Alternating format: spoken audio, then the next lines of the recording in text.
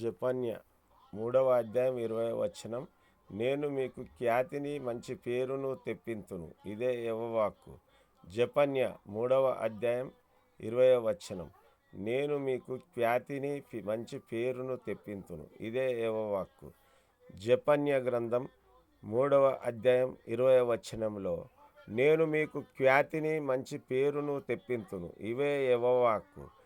నేను మీకు ఖ్యాతిని మంచి పేరును తెప్పింతును, ఇదే యెహోవాకు.